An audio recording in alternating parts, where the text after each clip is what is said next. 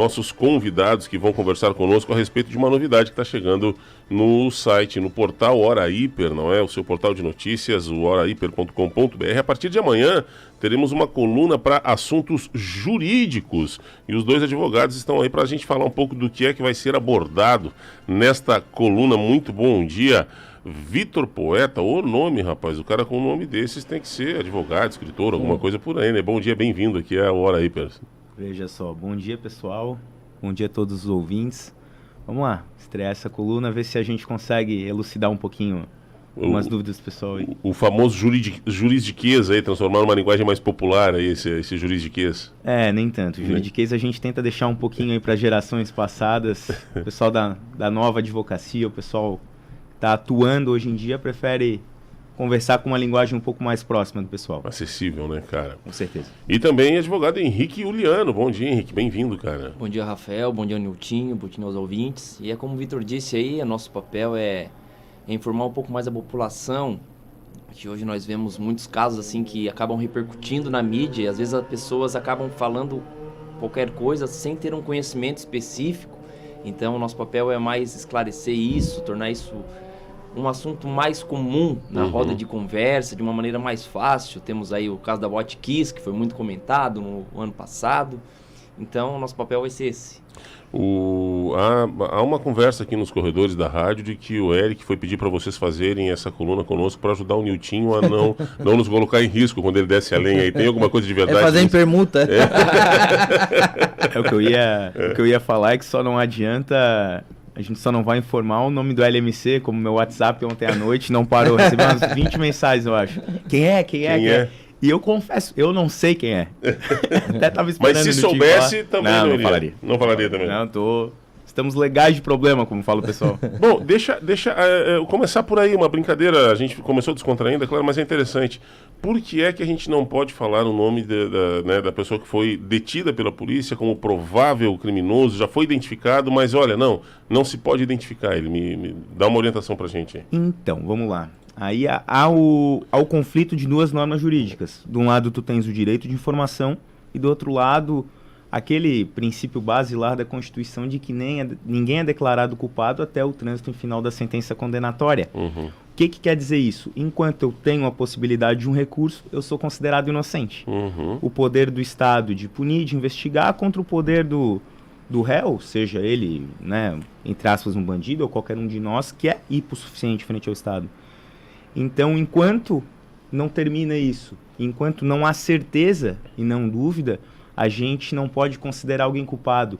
E, de fato, a gente começar a jogar, ventilar o nome do cara, na rádio, na televisão, e principalmente com imagem na TV, acaba maculando um pouco a imagem dele. Então, não que não possa, mas a probabilidade de enfrentar alguns problemas judiciais depois, elas podem acontecer. Eu acho que o Henrique pode... Os próprios policiais, né? Hoje a gente, com a facilidade da tecnologia, eu sigo alguns canais aí, perfis, TikTok, Instagram, e os caras hoje eles têm, com acesso de câmeras, etc, eles acabam fazendo algumas atuações, mostrando, né, como é que funciona, e eles acabam deixando a imagem deles ali meio embaçada, porque os próprios policiais podem ter algum tipo de complicação, mesmo que seja uma prisão em flagrante, né, o Henrique? E exatamente isso. É que assim, hoje a nossa sociedade... ela está invertendo valores, né? Ninguém quer saber o final da história. Todo mundo já quer condenar sem saber o começo, meio e o fim. O que acontece quando a gente acaba expondo o nome dessas pessoas? No fim do processo, vamos supor que acaba a pessoa sendo absolvida. Essa pessoa já ficou com o nome sujo e há crimes hoje em que as pessoas... Por exemplo, há crimes graves como o estupro, por exemplo, que às vezes as pessoas já condenam antes mesmo de saber dos fatos. Então, temos aquele famoso caso do Neymar. A menina falou que houve toda aquela situação de estupro e agressão. E se ele não tivesse filmado, o que ele já teria perdido de patrocínio na época dos fatos? Porque, querendo ou não, a acusação de estupro é uma acusação muito grave. E além de ser um crime também muito grave. Então, assim, é algo que macula muito a imagem da pessoa. E depois, para reverter isso, olha... E foge completamente de Um crime que tu vai dizer que o cara tava, né, empolgado, fez uma bobagem, bateu o carro na saída... Não, tu tá falando de um estupro, tá falando de um crime muito pesado contra a vida, foge da questão do jogador, seja quem for, assim, que a fama possa proteger, né, não tem essa... Isso, é por isso que é sempre bom, inclusive hoje os procedimentos da polícia, eles estão inclusive, temos lá o nosso sistema judicial lá que controlamos os processos, que é o EPROC, que hoje mesmo a polícia põe em segredo de justiça os inquéritos policiais. Antigamente nós tínhamos acesso, conseguíamos, nós como advogados, tínhamos cadastro, botávamos o nome do acusado e nós tínhamos acesso tanto à ação penal quanto ao inquérito, né, quanto à fase de investigação. Hoje em dia... Não tem mais. 90%, 95% dos inquéritos que estão ativos estão todos em segredo de justiça. Ou seja, só tem acesso o delegado, promotor, o advogado da parte, a parte com a senha, e o promotor e o juiz. Mas por que eu provoquei esse assunto? Porque hoje nós, trabalhadores, né, da informação, enfim, a gente é muito acusado de proteger bandido, né? O pessoal diz, se protege bandido. Porque mesmo quando o caso é em flagrante, por exemplo, né, o cara foi preso em flagrante, muita gente na mídia trata o cara como suspeito, né? O suspeito foi encaminhado, o cara foi preso em flagrante, tá, mas no flagrante não há a constatação, há o risco de eu sofrer algum tipo de ação se eu falar que, olha, não, o assaltante foi preso e não o suspeito? Porque ele ainda não foi condenado. Mas não que esteja errado, porque de fato se ele estava cometendo uma conduta, praticou esse verbo, ele está fazendo, pode ser chamado dessa maneira. Porém, quem vai dizer isso é no final do processo juiz. A gente está antecipando uma condenação. Né? Então lá na frente, ou nem lá na frente, pode se complicar até antes, mas lá na frente, porventura, se o cara é considerado inocente até por um erro judicial, e acontece muito, vocês não têm noção, porque esse é nosso trabalho, a gente lida diretamente com isso, a gente procura e enxerga muito erro. Aí por um erro de um infeliz que não vislumbrou o procedimento, a regra do jogo da maneira correta, lá na frente pode ser anulado esse processo. Pode ser anulado. Não que ele seja inocentado, que é o que a gente tem visto ultimamente, né? Não é inocentado, mas o processo é anulado e ele é liberado, é isso?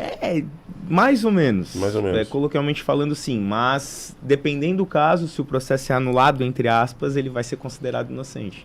Mas por que eu não sei, ponto de vista sob o ponto de vista jurídico, né, dos advogados, existe um aumento na falta de confiança das pessoas na justiça, né? Isso tem sido muito frequente, a gente vê que às vezes a justiça é muito célere para alguns assuntos, é muito demorada para outros, principalmente naqueles que envolvem crime do colarinho branco, né? Que envolvem poderosos, grandes envolvidos.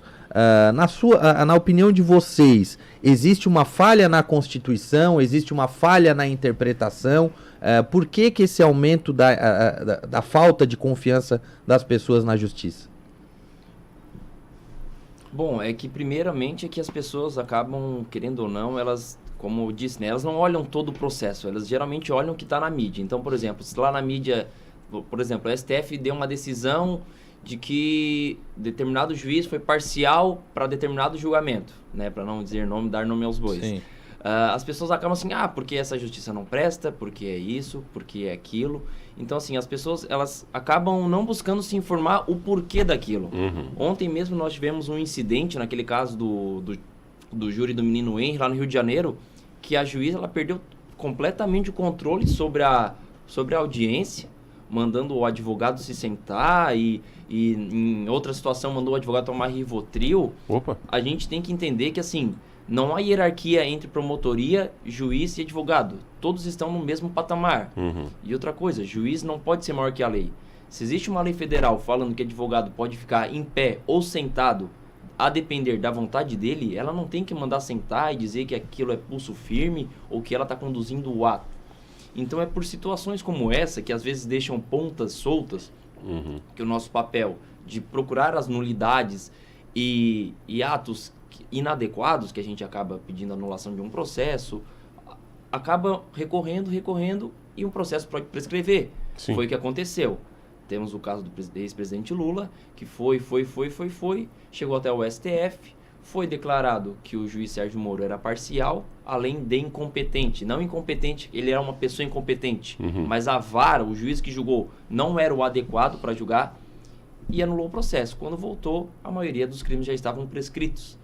Então é por situações como essa que às vezes a população em um senso comum não entende como funciona e acaba dizendo que a justiça e até mesmo os advogados, né, são podres, e advogado só defende bandido.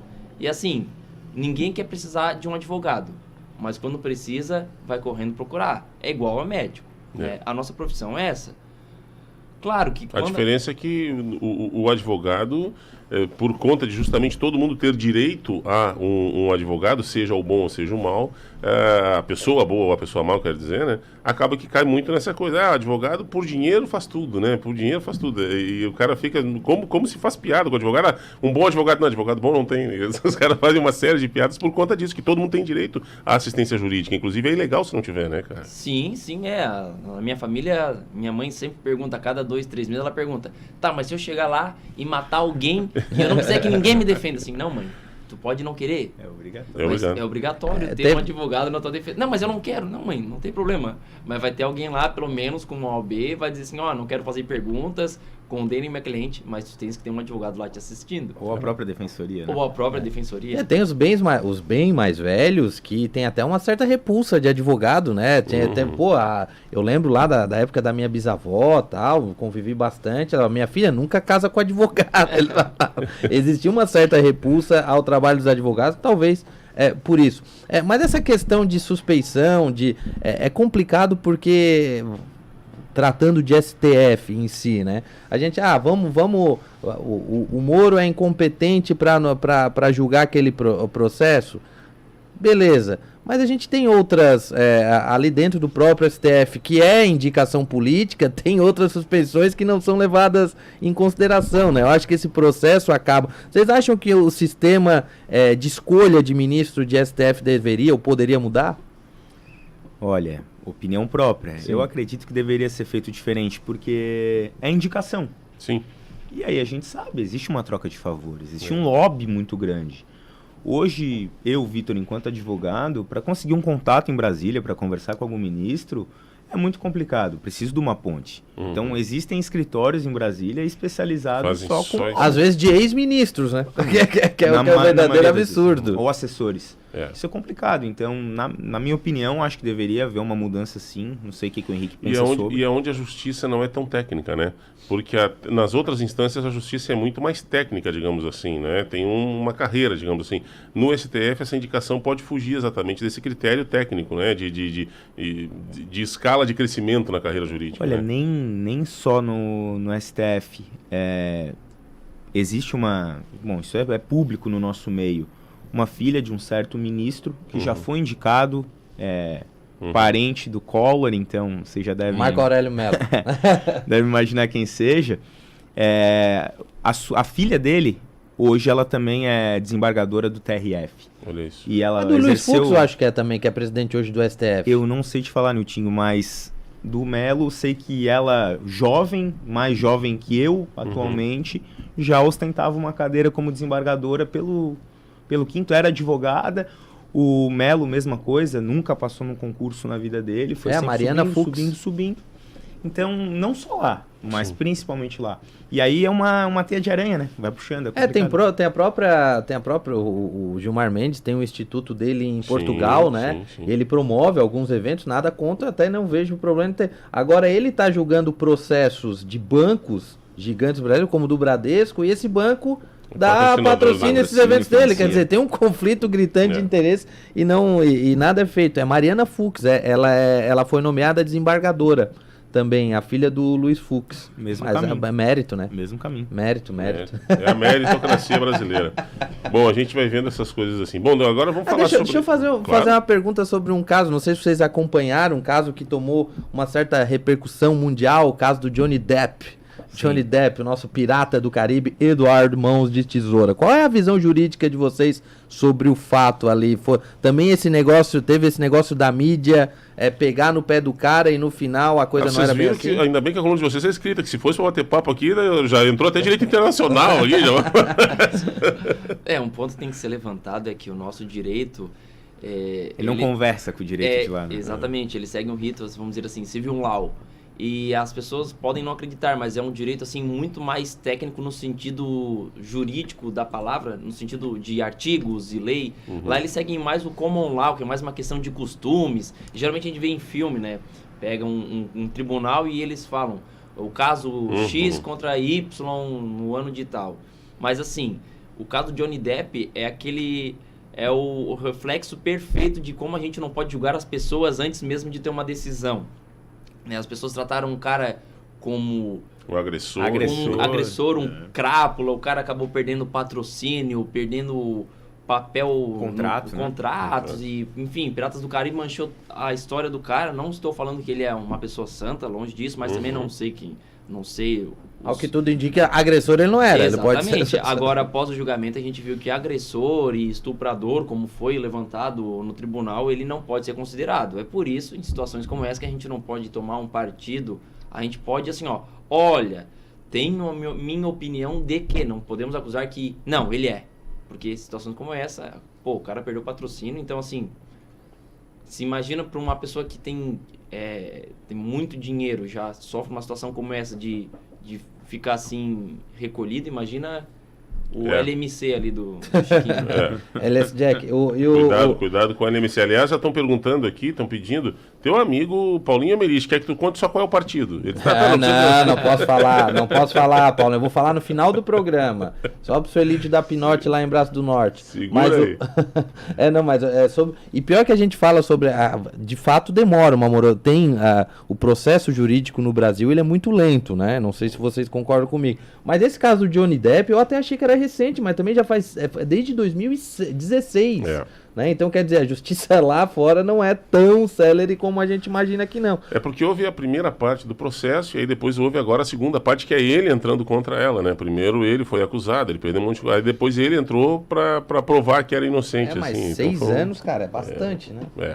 Bastante tempo. Bom, gente, são 7:50 da manhã dessa terça-feira, vamos falar sobre a coluna que estreia amanhã. Como é que vem a primeira coluna e qual a preocupação de vocês aí em abordar esses temas no portal Hora Hiper? Bom, essa primeira coluna a gente deixa sob os auspícios do meu amigo associado Henrique. Começou a se exibir. Vamos dar um Google aqui. Não, sobre ele quem fica responsável. Então vou deixar ele falar um pouquinho mais, mas acredito que seja uma apresentação mesmo, algo mais introdutório. De fato, nossa primeira postagem na coluna vai ser mais uma história do escritório, contar um pouquinho da história do Vitor, enfim, o Vitor é mestre, especialista, eu sou recém-formado agora, né, tenho nem 6 meses de advocacia, mas, enfim, estou me especializando em advocacia criminal e vai ser mais uma história do escritório. Tem eu, além de mim, do Vitor, tem o Fabiano, outro advogado lá, tem o pai do Vitor lá também, o seu Renato, né, ex-delegado. Então vai ser mais uma história do escritório, contar um pouquinho da história de cada um, o que faz lá no escritório. E, consequentemente, vamos trazer algumas postagens de relevância, assim, que acabam surgindo na cabeça do povo uma dúvida, assim, ou tratar de alguns casos famosos, como, por exemplo, do Johnny Depp. Sim. Enfim, acho que... até nós, quando nós sempre temos dúvidas aqui, agora nós temos um escritório para chamar, para solucionar aí tirar as nossas dúvidas em relação ao mundo jurídico, né? O pessoal vou te provocar, eu já recebi 2 aqui, pergunta para ele se pode chamar traficante vagabundo, imagina por que ele está perguntando isso. Só que faltava, né? Quem é que faz isso? Duvido. Não, mas não dá nome, pô, a gente não dá nome para poder chamar de vagabundo. O Julian já está dizendo aqui, sabe? O Julian e outros ouvintes, processo jurídico só é célere para tentar condenar o Bolsonaro no STF, né? Pessoal bolsonarista aí tá pé da vida com a turma do STF. Gente, tem que agradecer muito a vocês, obrigado pela confiança, obrigado por terem escolhido a Hiper, né, cara, para fazer isso. É uma ferramenta importantíssima, eu tenho certeza que nós vamos receber muitos questionamentos para repassar para vocês e queremos interagir com vocês também aqui na rádio, porque é um tema... sem falar nas histórias nós não vamos ter tempo agora, mas enfim, histórias de advogados antigos, né? Eu lembro quando estava estudando Nilton, jornalismo lá na Unisc, em Santa Cruz do Sul, a gente fez uma pesquisa com algumas, não eram anedotas, não é isso, mas histórias que viraram folclóricas, assim, e aí o Lia Pires, um grande criminalista do Rio Grande do Sul, tinha histórias da época que se podia fumar em tribunal, então ele chamava a atenção do júri para o cigarro dele para distrair enquanto o promotor estava, enfim, são histórias que são contadas, assim, e eu gostaria muito de trazer isso também, algumas coisas pitorescas aí dos tribunais. Mas sejam bem-vindos à Hiper, especialmente ao portal Hora Hiper. Obrigado pela escolha de estarem conosco e voltem aqui no estúdio com mais frequência para conversar com a gente aí. Pode deixar. Mais uma vez, obrigado aí, Hiper. Obrigado ao espaço. Voltaremos, temos bastante história para contar e, de novo, à disposição para a gente conversar, tirar dúvida. Essa amizade antiga com o Niltinho, tem história para contar do Niltinho também? Se a gente procurar no fundo do baú, tem. Pode processo. Já tenho do teu lado. NCV. Ei, bem-vindo, cara. Obrigadão, valeu. Obrigado, Rafael. Obrigado, Niltinho. A todos os ouvintes. Agradecer a nossa nova parceria. E tem muito fruto ainda